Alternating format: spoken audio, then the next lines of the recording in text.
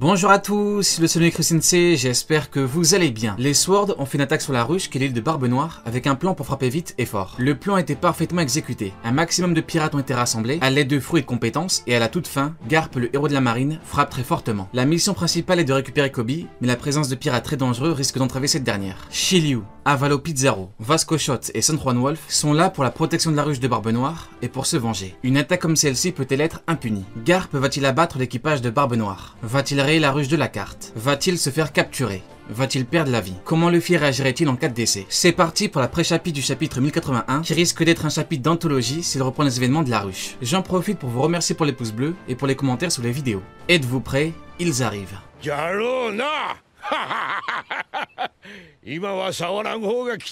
Garp est un marine qui est dans l'instance depuis des dizaines d'années. Il sait très bien comment ça fonctionne et qu'on n'attaque pas un empereur et son territoire sans conséquence. S'il faut l'accord du QG de la marine ne serait-ce que pour y poster, ce n'est pas pour rien. Dans un équipage Yonko, il y a des pirates extrêmement puissants et extrêmement dangereux. Garp est avec une équipe qui n'est pas officiellement liée à la marine. Garp est devenu instructeur, ce qui fait qu'il est de facto lié à la marine. Sauf qu'on a surtout une attaque personnelle, un sauvetage personnel. En attaquant un maximum de pirates, il élimine du monde. En tout cas, il essaye. Il élimine ceux qui peuvent gêner en cas de combat et de sauvetage. Dans une bataille ou un combat, une seconde d'inattention peut être catastrophique de conséquences. Garp vient pour aider Kobe, mais il sait très bien que ses chances de fuite sont quasi nulles. Voilà pourquoi le voir rire en attaquant, c'est quelque chose de fort. Garp assumera jusqu'au bout. Il restera sur place pour que tout le monde puisse fuir. C'est ce que j'appelle la dernière mission d'un soldat. Il faut bien comprendre que Garp est un instructeur. Sur la ruche, il met des jeunes en danger. En tant qu'instructeur, il a un poids sur les épaules qui est énorme. Les jeunes doivent quitter la ruche sains et saufs. Il en est responsable. À moins que la marine lui envoie des renforts, le sacrifice est limite acté. Voilà tout l'intérêt d'une attaque surprise. C'est une opération spéciale. Il attaque par surprise pour surprendre l'ennemi. Il frappe un grand coup pour sauver son protégé. En termes de comparaison, on n'est pas sur Marineford mais sur Whole Cake. Marineford, c'est deux camps parfaitement préparés.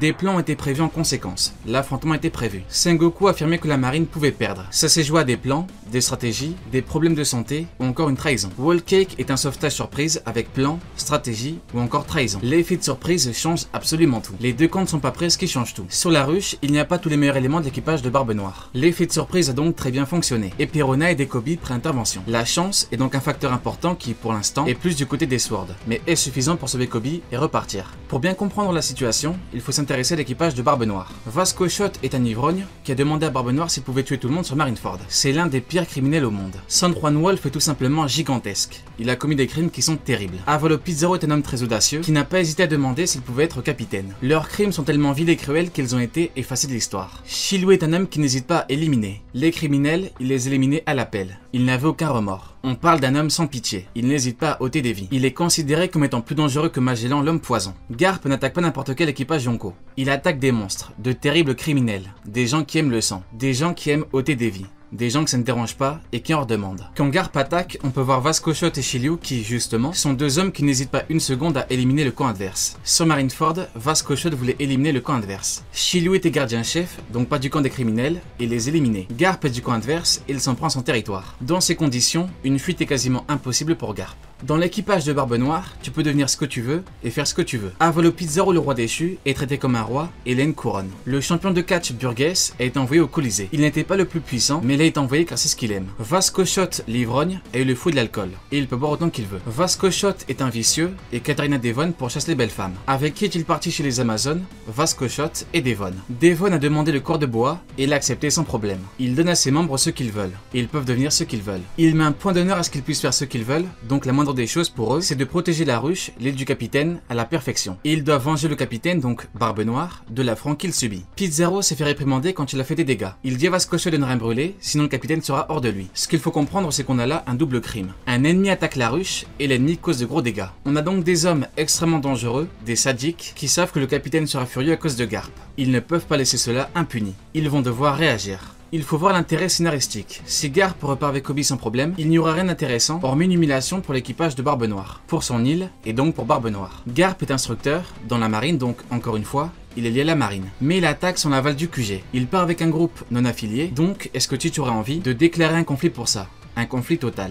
Pas vraiment. Il n'y aura donc pas réellement de retombées. Faire tout ça pour que Garp attaque, c'est moyen. Si la marine doit briller, c'est via les amiraux et l'amiral en chef, pas un ancien qui n'est plus qu'instructeur. La conclusion, c'est qu'on part sur la fin de Garp ou sa capture. Mais avec une capture, en cas d'échange, ça revient au même. L'intérêt serait donc que le GM refuse pour voir la réaction de Barbe Noire. On en vient donc à parler du prochain roi des pirates. Luffy est le petit-fils de Garp, et Garp l'aime profondément. Il le dit bien, son entraînement était rude. Il l'a mis en danger pas mal de fois, il l'a poussé dans un ravin, il l'a attaché à un ballon pour le faire planer, et l'a même mis dans la jungle. Il l'a abandonné. Mais tout ça, c'était pour l'endurcir. Garp connaît la réalité du monde. Il a les pieds sur terre. Il sait que pour survivre, il faut que Luffy soit le plus puissant possible. D'ailleurs, il le dit bien, tu seras le marine le plus puissant de tous les temps. Il voulait faire de son petit-fils le futur de la marine. Il voulait en faire un fier soldat et n'a jamais accepté le choix de Luffy. Contrairement à Dragon, son père. Quand Garp frappe Luffy, il appelle ça le point de l'amour.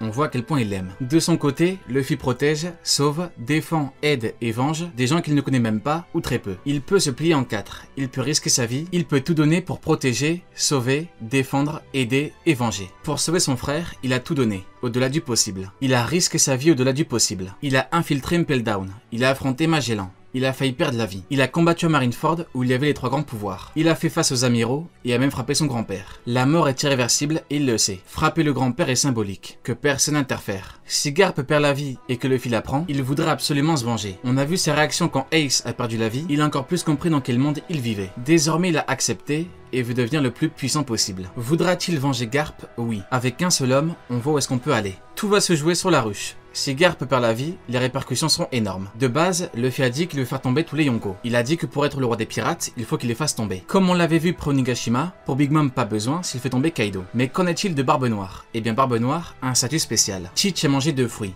Son potentiel est incroyable. Il peut surpasser le niveau. Pour Kaido, il n'y avait pas que l'objectif principal. Luffy a aidé ses amis et il a sauvé Wano Kuni. Voilà pourquoi il faut autre chose pour Teach. Il a livré son frère, ça peut être une raison, mais il faut quelque chose d'autre. Quelque chose de pire. Au final, Ace s'est perdu et Barbe Noire ne lui a pas ôté la vie. Mais si c'est le cas pour Garp, c'est autre chose. Garp pourrait se faire enfermer, Teach pourrait proposer un échange et le GM pourrait refuser.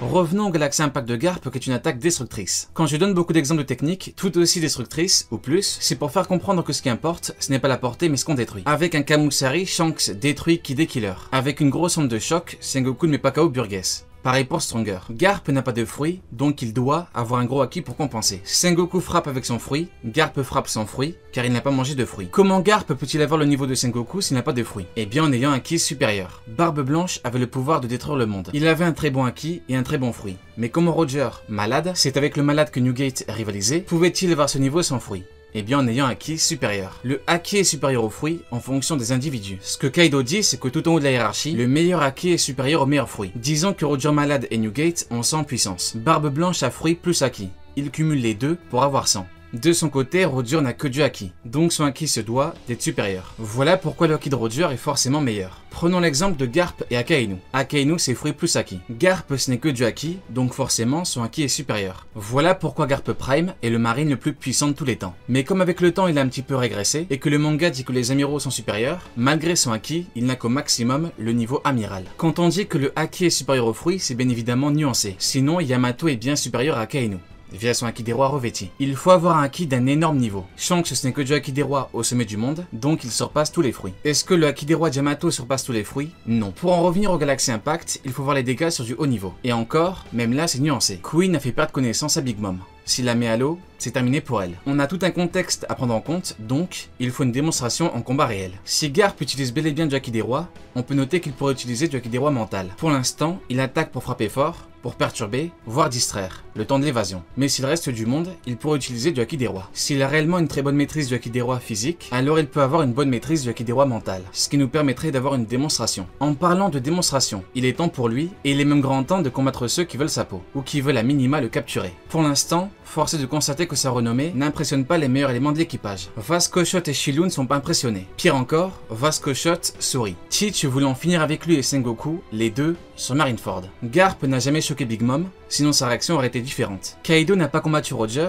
pourtant les dents sont top. Garp n'y figure pas alors qu'il a été sur God Valley. Ce sont toujours les randoms qui sont impressionnés par Garp, car ils pensent qu'il a arrêté Roger. Don Shinjao, qui est un pirate qui valait 500 millions et qui a affronté Garp plusieurs fois, n'a pas vu en lui un être d'un niveau ahurissant. Et pour cause, il l'a affronté plusieurs fois. Donc, d'un côté on a des randoms qui se basent sur une fausse légende, et d'un autre côté on a Don Shinjao qui l'a affronté plusieurs fois. Toute l'ambiguïté, c'est Roger qui dit que lui et Garp se sont affrontés, mais nous n'avons aucune temporalité précise. et dans le Road to Love Tale, il est écrit que sur God Valley, Garp était déjà le vieux rival de Roger. Leur rivalité était donc ancienne, ce qui veut dire que Roger n'était pas à son prime. Et pour le cas de Shinjao, c'est très simple. Demandez-vous si Roger ou Barbe Blanche devrait s'entraîner pour le one-shot. En conclusion, la réputation de Garp se base sur un mensonge et sur une ambiguïté temporelle, même si je viens d'y répondre. En termes de palmarès à haut niveau, c'est Don Shinjao échiqué en 2 contre 1. Seuls les randoms sont impressionnés par Garp. Mais est-ce que ça veut dire que Garp est faible? Très loin de là. Jusqu'à preuve du contraire, c'est le marine le plus puissant de tous les temps. Donc il a de facto un très gros niveau. Mais un Kaido déterminé qui vient sur la ruche pour sauver un proche, c'est différent. Garp doit tout donner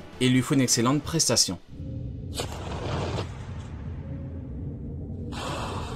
On a vu que Garp ne pouvait pas quitter la ruche parce que c'est scénaristiquement très peu probable. Mais qu'en est-il d'un exploit individuel? Dans la mesure où on parle d'un territoire Yonko, il est possible que des renforts interviennent, et ce, à n'importe quel moment, du côté pirate. Et comme pour l'instant il ne fait que détruire des bâtiments, Garp peut tout donner et donc fracasser du pirate. L'équipage de Barbe Noire est teasé depuis un moment, mais on parle d'une ultime prestation pour Garp. L'auteur doit faire un choix, préserver l'image de l'équipage de Teach et la nécessité d'avoir une très bonne prestation pour Garp. Dans les deux cas, on peut considérer que c'est un petit peu nécessaire. Mais comme pour Garp, on n'aura rien pour la suite, on se dirige plus vers une très bonne prestation, au détriment de l'équipage de Barbe Noire, un équipage qui pourra briller par la suite. Il faut tout de même dire que l'équipage de Teach est attendu depuis 13 ans. Toute la fin de l'arc Marineford, l'un si ce n'est l'arc le plus important, est lié à eux. Ce sont eux qui ont abattu Barbe Blanche. Ce sont des pirates comme on en voit très peu. Maintenant, dans la mesure où Queen a pu assommer Big Mom, ce qui veut dire la mettre KO, KO pour knockout, assommé par un choc violent, l'exploit toujours faisable. Queen a utilisé un choc physique et pas des pouvoirs de fruits comme le gelage d'Aokiji, les jouets de Sugar ou le pouvoir d'Hancock, la pétrification. Kaido, qui allait perdre contre Oden, a pu gagner à cause d'une seconde d'inattention. En face de Garp, le meilleur élément est Shiryu. Les autres sont bien plus faibles que Shiryu. Shiryu est l'équivalent d'un amiral. Pour les autres, on parle d'équivalent de vice-amiraux. Et des vice-amiraux sont bien plus faibles que des amiraux. Entre vice-amiral et amiral, on a même un niveau intermédiaire, le niveau de Doflamingo. La vraie menace pour Garp est Shiryu qui a mangé le Suke no Mi. Les autres sont forcément des menaces, mais le niveau n'est pas du tout identique. Pour Hancock, le vrai problème était Barbe Noire. Pas Devon, pas Vasco Shot. La hiérarchie est donc symboliquement respectée, même si pour elle on parle d'un pouvoir. L'auteur nous montre bien qu'un Shibukai est supérieur au vice, qu'un Yonko ça n'a rien à voir en termes de niveau, et qu'un niveau intermédiaire ça n'a rien à voir avec un Shibukai. Il peut faire transpirer un Yonko, ce qui veut dire qu'on aurait un beau combat. Le chapitre 1059 est là pour imager les différents rapports de force. Franky a battu Sasaki quel niveau vice? C'est l'équivalent de Vasco Shot, San Juan Wolf et Pizarro. Si on met un amiral devant Franky, quel serait le résultat? Si on met 3 Franky devant un amiral, quel serait le résultat? Pour Garp, le seul véritable problème est donc Shiryu.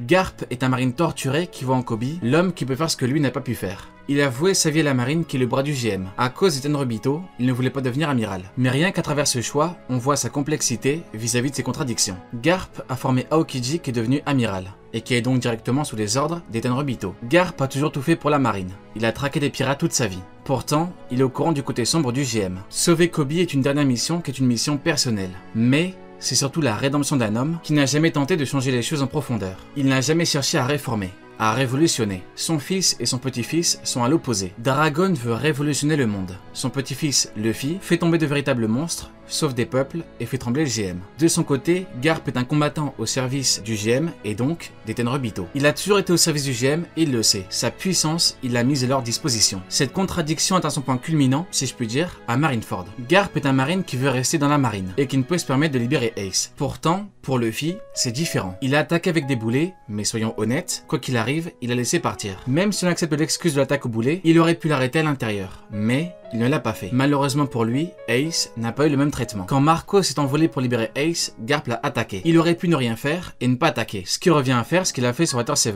Même Sengoku ignorait qu'il allait attaquer. Dès lors, Garp fait un choix. Une non-intervention symbolise une trahison. Si c'est le cas, alors il a trahi la marine sur Water 7.